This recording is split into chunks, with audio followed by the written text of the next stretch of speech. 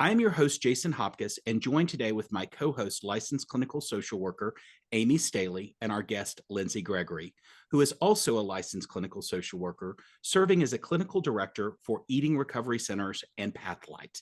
Welcome, you guys. I'm so glad to have you here today. Good morning. It's a pleasure to be here. So as we get into it, Llyndsey, I would love, Amy, I know you and she have a much longer relationship than we do, Yeah. to give a little context, Amy, about how you guys know each other. And then, of course, Llyndsey, you share anything about your professional capacity that brings us here today that lets our listeners know a little bit more about you. Great. Thank you, Jason.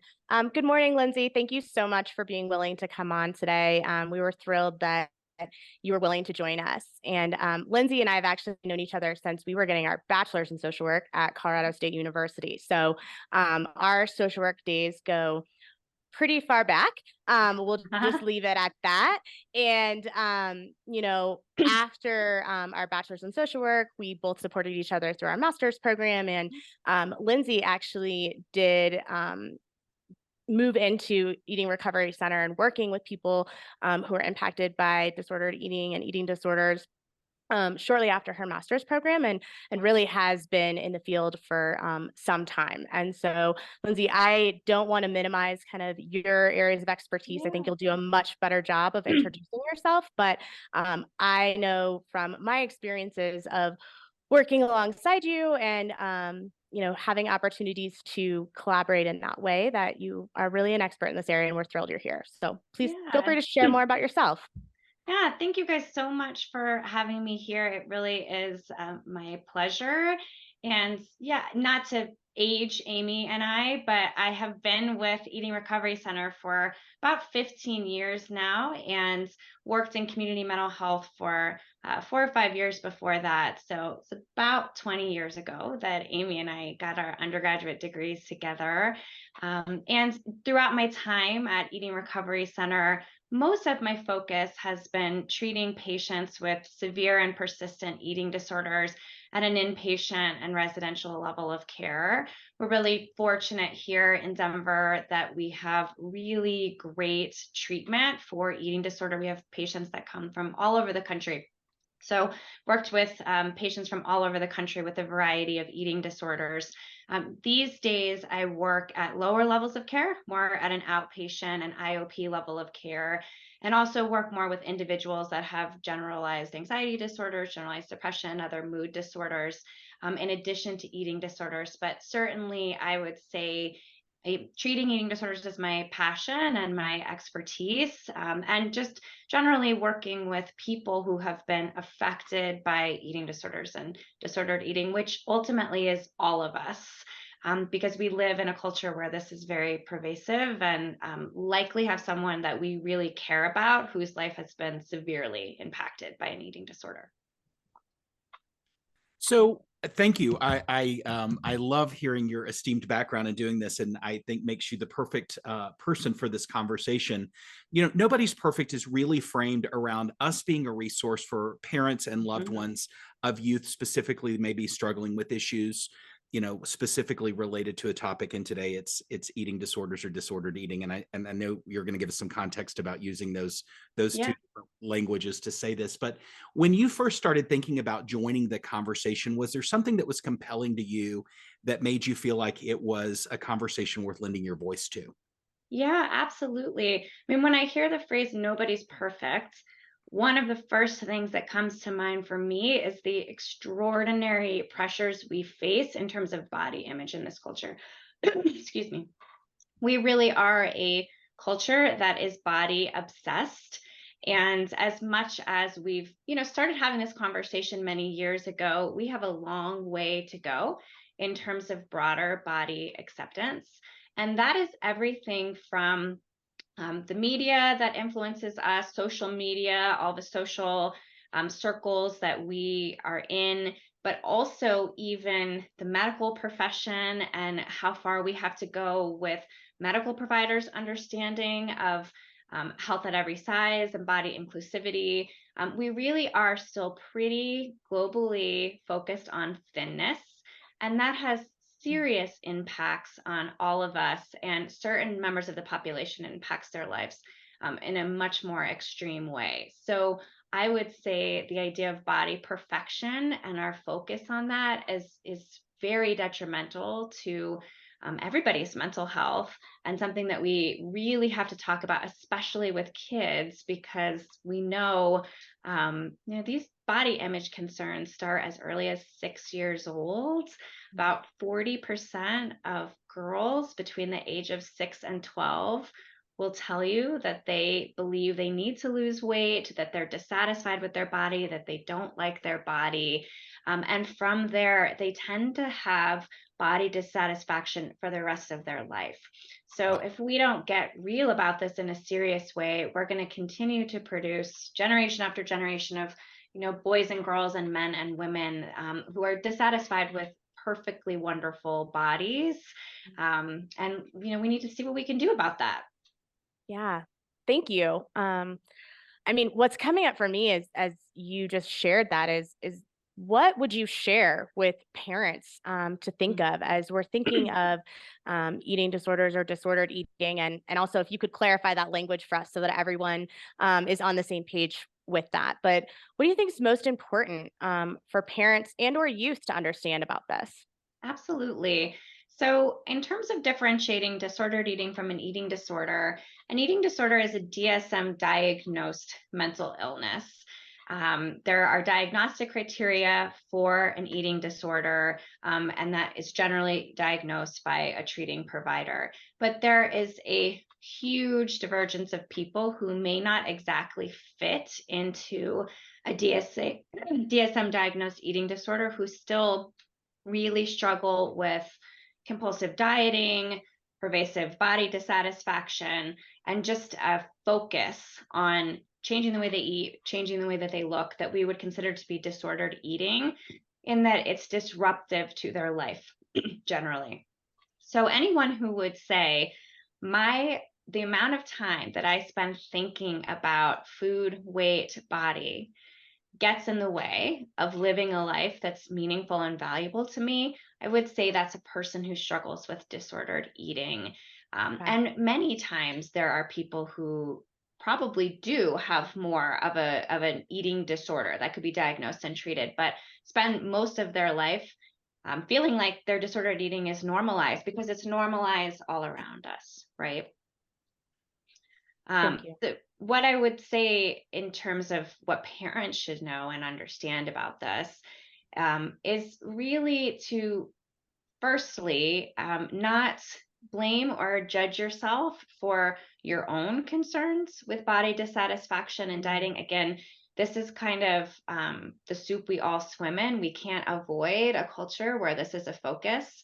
But where possible, we start with ourselves and recognizing how we're talking about our own bodies and our own relationship with food, particularly when it comes to our households and our children. Because one of the first places that kids learn about body image and body dissatisfaction is from parents and what is role model to them.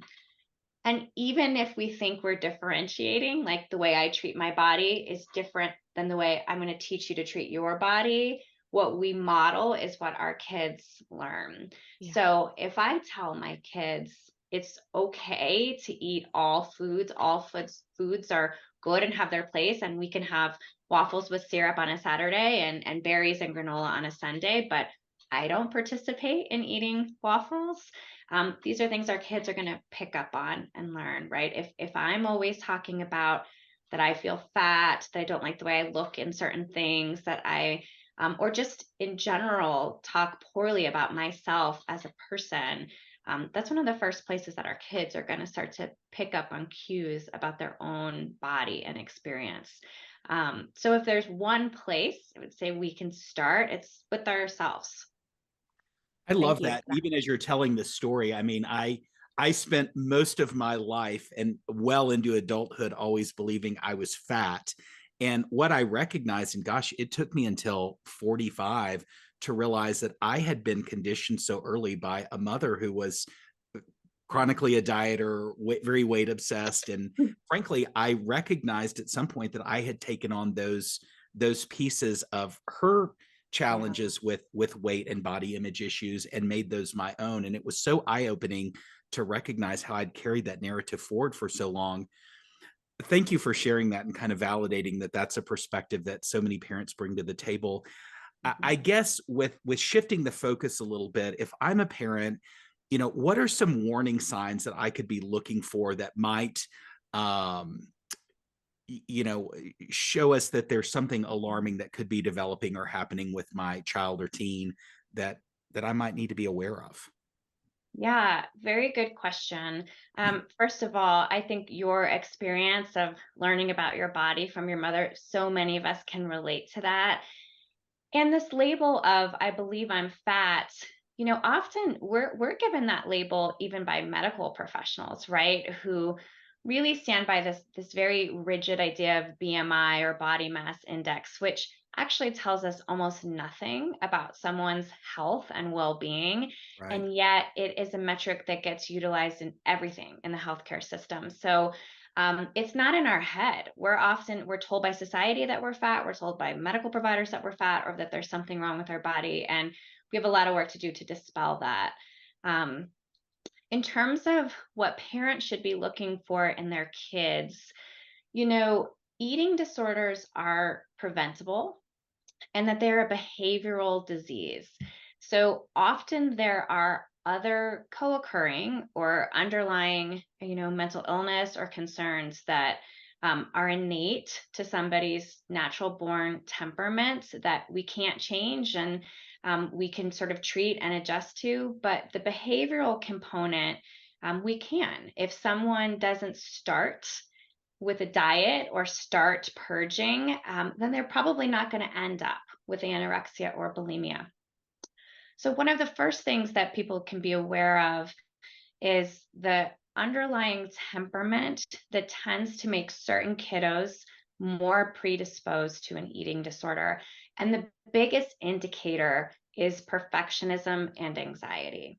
So, those little people who just tend to be really focused on doing everything right tend to, and we as parents tend to have intuition about this, right? We look at our kids and say, wow, she's really beating herself up for that B that she got in class or not getting invited to that birthday party, whatever it may be. There's just certain people who have a temperament where we're more sort of rigid, linear in our thinking, perfectionistic. That tends to really relate to anxiety disorders, sometimes to OCD or generalized anxiety disorder. And it's a huge pre-indicator of eating disorder, specifically anorexia. So right away, if I notice that sort of temperament type in my kiddo, I would want to be thoughtful about how we're sort of managing or counteracting that. I certainly wouldn't want to contribute to it and be really careful about how much additional pressure I put on that kiddo who's probably putting a ton on themselves. And I would be really extra careful with that kiddo about how we talk about body weight and food. The moment I heard, hey, I think I'm going to go on a diet or I look too fat in my dance outfit, I would really want to sit down and have a conversation right away around how we love our bodies, how in our household we try and have a healthy relationship with food, etc. And I may even want them to see and talk to a therapist really early on about how that perfectionism is affecting them before we even get into concerns and consideration about food. The other thing to look for are just kids that are facing social judgment about their bodies, whether it's because they're too thin, they're too tall, they're too fat, they're too whatever. Kids that are having their body commented on by peers are far more likely to change the way that they eat in relation to that. Kids in bigger bodies are less likely to sign up for team sports and other really important elements of socialization because they're feeling that pressure. So I would really want to be listening to how my kid talks about themselves and how other people are talking about them and their body, and trying to introduce healthy eating as much as possible, as early as possible. Before we get to the Thank next you. Oh, question, The thing that I'm just really sitting with is how this work must really shine a mirror back on a parent and Yeah. recognizing, the role that they play in this, and how valuable it is for you to show up in a healthy way to be able to serve your kid, Yeah. specifically around this development of their psyche and body image. Yes, 100%. I can tell you, I did this work long before I had kids. And now that I have my own kids, I understand the complexity so much more. Yeah. I went into feeding my kids with a lot of really good, educated ideas about how I was going to approach food. Things like, food shouldn't always be a reward or a treat. Sweet foods should be incorporated in your diet as much as other foods. And, the first time my 3-year-old is just refusing to eat, that slipping into, if you eat dinner, you can have a cookie, is so easy to do.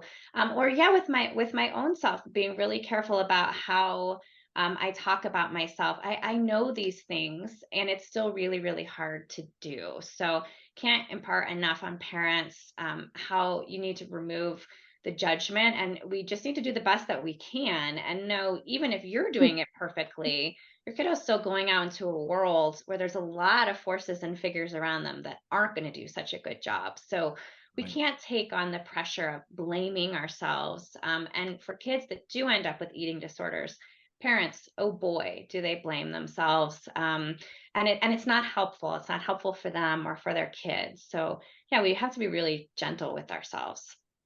I love Well, and that. I think too, I'm just sitting here thinking, and I feel like I've had conversations with both of you outside of this about how there are so many things you think of, and then you become a parent, and it is a different world.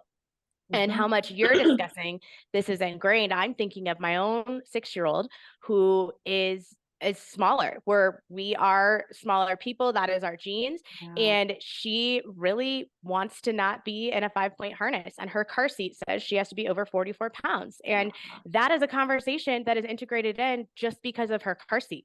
Right. And there's so many ways. It's just sitting with me about how this is integrated into our culture, even if it's for a safety reason, right? Like Yeah. a car seat weight makes total sense. It is safety, Yeah. but it is something that she talks about regularly. And some of those are the pieces of like, okay, how do you change that narrative, right? I can't change the rule, the safety features of the car seat, so that we don't talk about weight. And I think there's a lot of parents out there who probably have similar experiences, because it is so ingrained that you sometimes don't even know how to stop yourself or realize that you're having Yeah. those conversations. So Yeah. um, y- you know, you talked a little bit about the warning signs.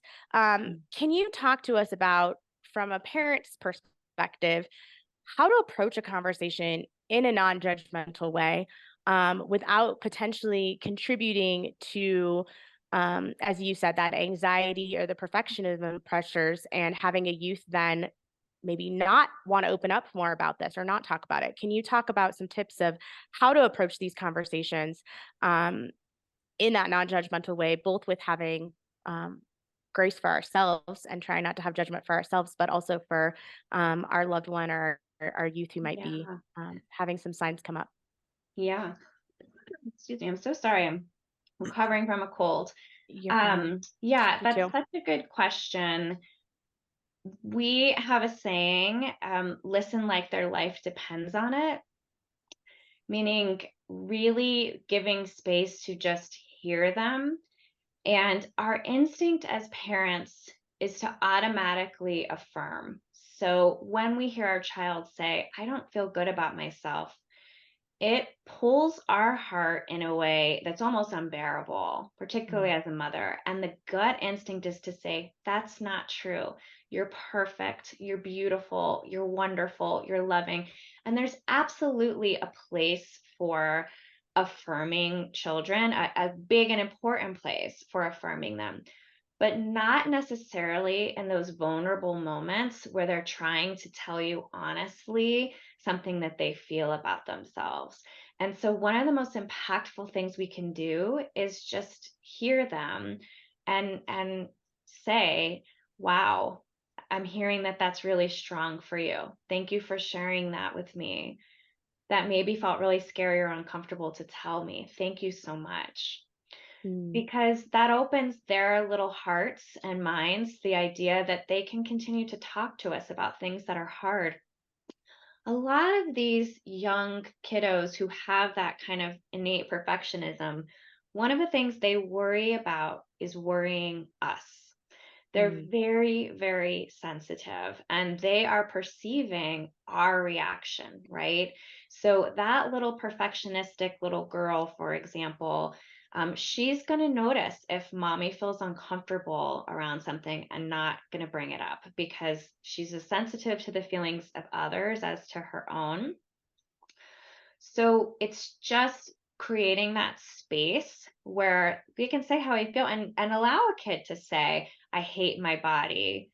And even though we want so badly to return them and say, no, don't, you should love your body. That's not always helpful in that moment. It's really helpful to say, I hear you. And then the best we can model differently how to manage that. So if we have a kid, for example, who we notice is really, um, potentially demonstrating some binging behavior, for example, instead of coming at them and saying, don't do that, that's wrong, why are you doing this, do it this way, we make some shifts in the environment.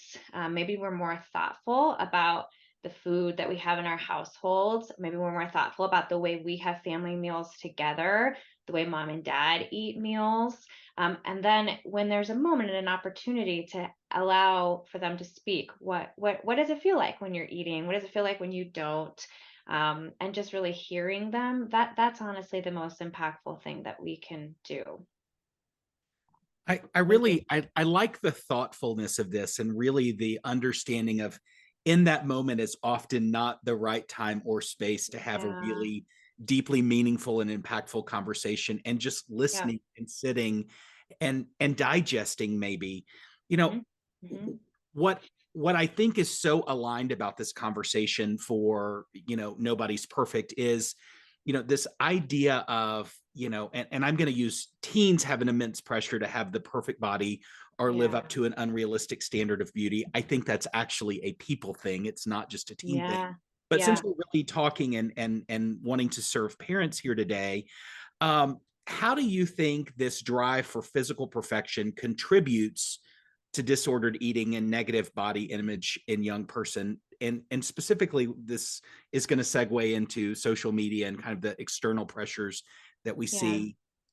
Help us understand what's really driving this culture. I know we talked about it at a high level. Let's get a little more granular about that if you can. Yeah. We love a certain type of body culturally. And where that starts from goes way, way back. And then we've just perpetuated it and perpetuated it and perpetuated it. And largely we've done that through media, um, going way back with sort of that Hollywood perfect body, and figures of influence that perpetuate that. Now, I think movie stars are still figures of influence, but we have all these other figures of influence. We have social media, we have, TikTok stars. We have all kinds of people who have a lot of power over the culture. And then certainly, this is a capitalist country that we live in, and capitalism has a huge part of it. We make billions and billions and billions of dollars in this country on diet related products and beauty related products. The diet and beauty industry is a major driver of our economy writ large. So there are literal stakeholders involved in making sure people still never quite feel good enough about themselves and need to buy that product or get on that diet. I mean, this is powerful. This is a force we're probably not going to be able to upheave until we get to a point where some company makes more money when people feel good about their bodies. But we're a long ways away from that. So again, from as early as 5, 6 years old, we start to hear different influences that say a certain type of body, generally a thin athletic body, is the right body. And we also hear the message, and you can obtain it, right? It's not a message of there's a great body and some people are lucky enough to have it and some people aren't. The message is there's a right kind of body. And if you do the right things, you can have it too. If you're, working out enough or exercising enough or trying hard enough or buying the right products or on the right diet, if you have the self-control to eat well, you can have that body too. And if you don't, it's your fault. So these are really strong, and all of us can relate to that, right? The idea when it comes to thinness in particular is that it's about control and self-control. So the people who have the right body are doing it right, and the people who have the wrong bodies are doing it wrong. So then it becomes, it's not even just about our body, it's about who we are. So Yeah. wow, wow, wow. I mean, these are strong, strong forces to try and contend with. Well, and I just Well, wonder if part of that is driven by, this notion of healthy body. You know, yes, I mean, it begins and ends in my mind with you determining what's healthy for you. yes, And from a purely marketing standpoint, I can understand how we've ended up into this thin athletic body as being the gold standard. But the reality is done well, I think there is some discernment that we have to do for ourselves in deciding what's a mhm. healthy body for us. I'm not built thin and athletic, but Yeah, X, Y, or Z might be really healthy for me. I can see how this gets perpetuated. If I'm a parent, and again, I'm having all of this put upon me and really wanting to navigate raising the healthiest humans possible, what are some ways to counterbalance some of this cultural yeah. stuff that's being thrown at us in a healthy, positive way that really ingrains in our youth that the goal is to determine what's a healthy body for you. Yeah. Well, and let me just add real quick before you answer that. Sorry, Llyndsey. I was sitting here thinking, I do think there have been some efforts to talk about different bodies Yes. and loving different body sizes and different shapes. I mean, as a woman and looking at magazines from when I was, I'll say a tween to like teenager to young Yep. adulthood versus now, there are dramatically different images, right? And Yes. so I'm not minimizing that everything you just said isn't still absolutely true, but I do think there have been some efforts made. But it's hard because even those small efforts, I don't think are necessarily changing the narrative. And I think, as you're Mhm, talking about this mhm. and as you're answering that for Jason, I'm sitting here trying to think, yeah, what is the solution? How do you completely flop a culture and change all of Yeah. the marketing and what has driven this? And that is why it is important to have these conversations with youth and young people about this culture and mindset. But sorry, I just wanted to comment on that before you jump to the Yeah, next yeah. piece. I But mean, I think that's very true, Amy. We have made strides and big, important ones. And some of it is just having more choice in terms of what we consume now, right? We're not all turning on the TV and looking at three channels like, we were in the 70s true. and 80s. So, you can have kids that follow YouTubers and TikTokers and Instagram influencers who are body positive and who are living in larger bodies and celebrating fatness. That is there. It wasn't. You're right. It wasn't there when we were teenagers, Hmm. or I never saw it. There are also TikTok celebrities who are absolutely glorifying anorexia. And so a big piece that parents can think about is really trying to have those conversations and having an understanding of what their kids are doing. Being super restrictive of media intake probably doesn't work, because even if you could control what was happening in your home, again, they're going to leave, they're going to be exposed somewhere else. But just having conversations, like, tell me about who you follow on TikTok. Like, sit down with your teenager and watch TikTok videos together. You'll learn pretty quickly, like, who they're following and what they're being exposed to. And without judgment, engage in a conversation about that. Like, oh, this person's interesting. What's their deal? And let your teen talk to you about it. And maybe you'll get an opportunity to insert some of your own opinions about that and say, wow, that person really seems like she's pretty obsessed with makeup, huh? Does she ever do anything besides just put on makeup, or seems kind of boring? Or who, trying to just have conversations with an open mind to see if you can sort of steer your kids in the direction of what can be really positive in terms of social media. What Um, also seems like, sorry to interrupt, but it seems like it could mhm. be openly invitational to learn more about what your teen thinks about Yes. those things. Yes. Yes. Why do you like this person so much? Tell me what it is about them. Just being curious. And instead of saying, I don't want you doing that anymore. I don't want you on TikTok. I don't like what they're doing. Sometimes there's a place like we can say, we can try and limit screen time or try and limit, internet access, especially for really, really young kids. That generally is appropriate. A 6-year-old really shouldn't be on TikTok, but good luck trying to manage that with a 16-year-old. By now the conversation is going to change, right?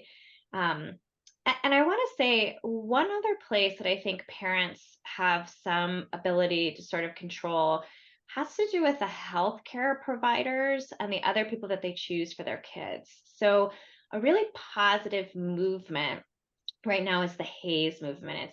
It's HAES, Health at Every Size. And it is an sort of an umbrella approach to how we manage medical care. And I would go to my pediatrician and say, is your office HAES informed or not? If they don't even know what that is, if they've never heard of being a HAES informed provider, that's a red flag. The American Pediatric Society just last year put out really robust guidelines for when to do bariatric surgery in teens. Now, in the eating disorder world, this just sent ripples. We were horrified by this, that we would even be talking about a severe and life-altering surgery for a teenager that generally is dictated by their BMI and their BMI only. So we really need to understand that healthcare providers are not always serving our kids' best interests. And as empowered parents, asking those questions and listening in those appointments, a pediatrician talking to a 2-year-old and their parent about growth charts is one thing. But when we have a 9, 10, 11-year-old and the conversation really is steering too heavily towards their weight, let's think about if there's a different way to have that conversation. And if that means having a different provider involved and holding healthcare providers accountable as well. Thank you for that. I feel like I honestly hadn't heard of that before, so I really appreciate any practical guidance that you can provide here for parents to walk away and feel more informed with.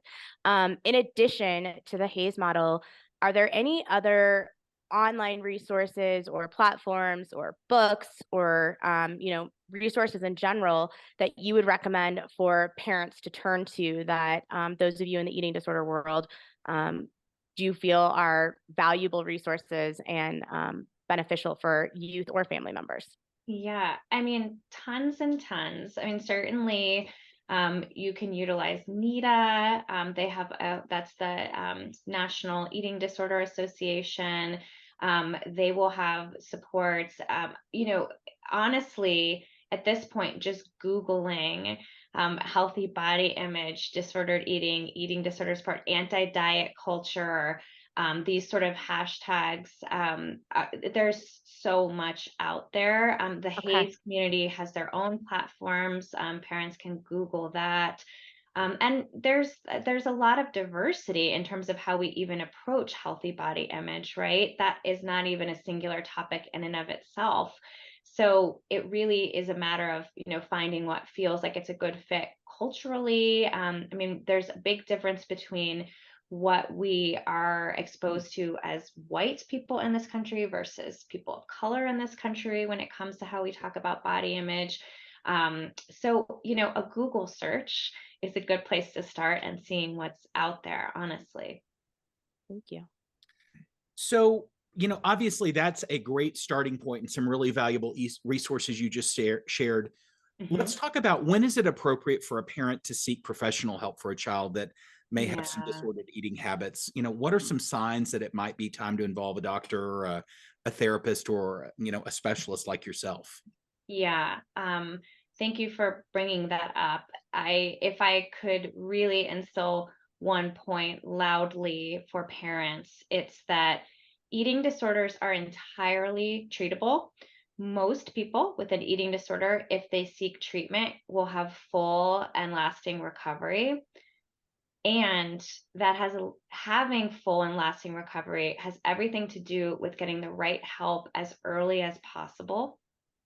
The younger a person is, the better their outcomes are long term.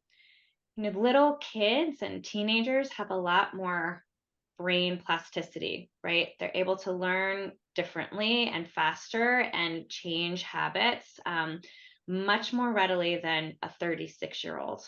Right. So when we can treat eating disorders early on, we're often able to, resolve those disorders much more readily than someone who persists in these behaviors for 10 years, 15 years, 20 years, and then gets help later in adulthood. Those patients also have good outcomes. Everyone should seek help for an eating disorder. But when you have a 16-year-old who we can diagnose anorexia and we get them into treatment early and aggressively, they have much more likelihood of recovering, even than if we got to that kid at 19, 20, and 21. So how early is too early? I don't think there's any such thing. Not everybody has the same and immediate availability of treatment as other people. There is a whole, not everyone has access to good eating disorder treatment, which is a whole other concern. But if you do have access to professional care, and in Colorado, all kids can get free therapy now, right? So even if we can't get into a treatment facility, having a professional get involved early on is really important.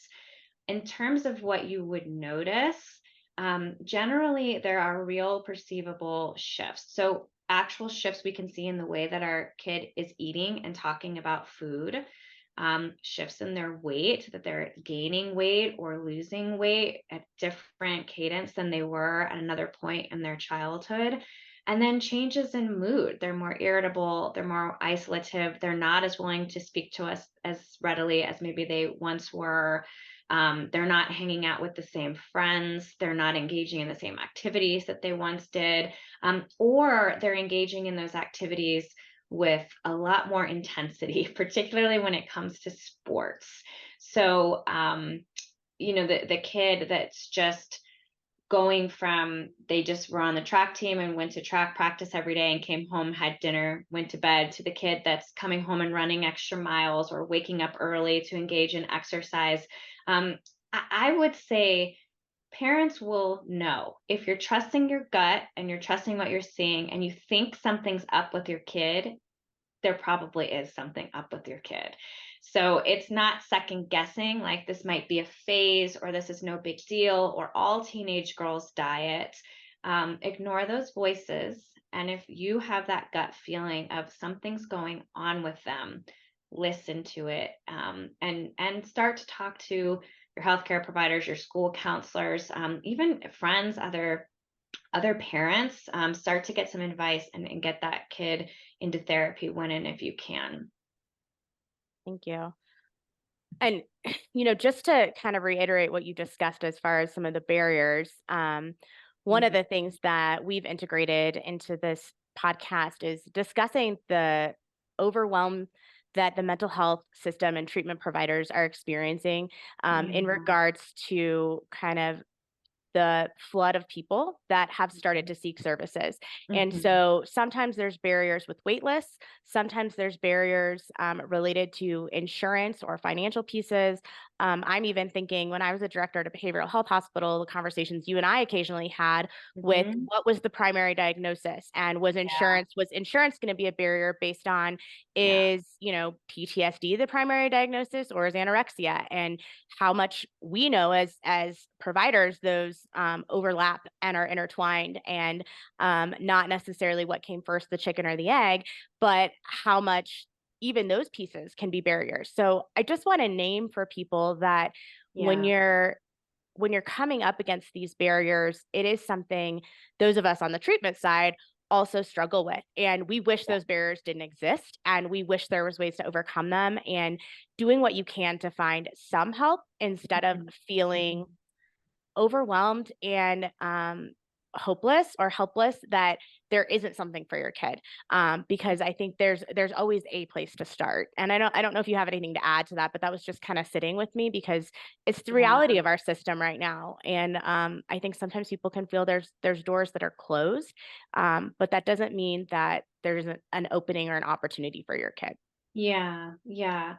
And I will also say we have come a long way in terms of treatment availability, specifically with eating disorders. Even when I started with Eating Recovery Center, just 15 years ago when we opened, the amount of inpatient beds available for eating disorders was abysmal. The availability of treatment in rural areas for outpatient care was abysmal. The miseducation of other providers was, I mean, it was bad. And just in my tenure, those things have changed rapidly. I mean, the advent of virtual care now means that people in really rural areas can see a great therapist virtually. That did not exist even 5, 6 years ago at all. Yeah. So I think there's absolutely barriers. There's barriers with cost and access. And there are more options than ever before. If I was really worried about my kid with an eating disorder, I would persist in trying to get them access, whether it's a registered dietitian, a psychiatrist, a therapist, even just a primary care provider who was eating disorder informed. I would keep knocking on doors because there's really nothing that replaces medical intervention with these disorders. The trouble with eating disorders is that they're emotional and psychiatric, and they're also physiological. So kids are 10 times more likely to die at a young age if they have an eating disorder. There's really nothing that replaces getting some kind of support and care and treatment. And I do think there's more than there was before, a lot of online Mm. resources and so forth. But if someone was really in a situation where they just could not get any professional care or guidance, again, I think it would really be just having as open of a dialogue as possible around food and health in my home, and knocking on the kids' door as much as possible, like not letting them isolate and shut you out and say, I don't want to talk about it, or I'm not coming down to dinner. Let's persist in trying to break through, because there is this period of early intervention that means a lot. We don't want to just kind of say, oh, let's give it 6 months until our new insurance premium kicks in, or until, you really want to do what you can as early as you can. Yeah. I, Thank you. I, I love hearing that we are making advancements and that the access Yeah. to care, especially for those in rural areas, is easier than it's ever been. And I use that word easier in quotes because that Yeah. doesn't necessarily It's mean. still not easy. I guess the question I have, I mean, obviously this puts a lot of onus back on parents. Kids Mhm. have many other trusted professionals in their lives. Yeah. If I'm a parent and I recognize that my kid is struggling, at what point do I reach out to their teachers or perhaps school administrators or school counselors? Mhm. What role can those people play in supporting, a kiddo if they're really struggling or having challenges that have presented themselves? Yeah, that's a great point.